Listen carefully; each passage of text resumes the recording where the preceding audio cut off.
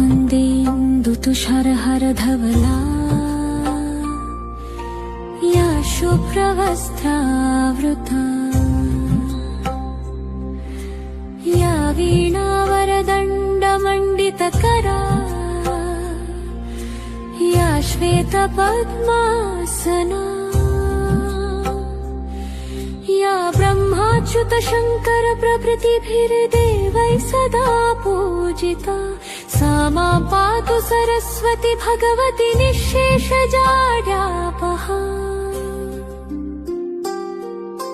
दोर्भिर्युक्ता चतुर्भिः स्फटिकमणिनिभैरक्षमालां दधाना हस्तेनैकेन पद्मं सितमपि च शुकं पुस्तकं चापेरण भासा कुन्देन्दुशङ्खः स्फटिकमणिनिभा भासमना समाना सा मे वाग्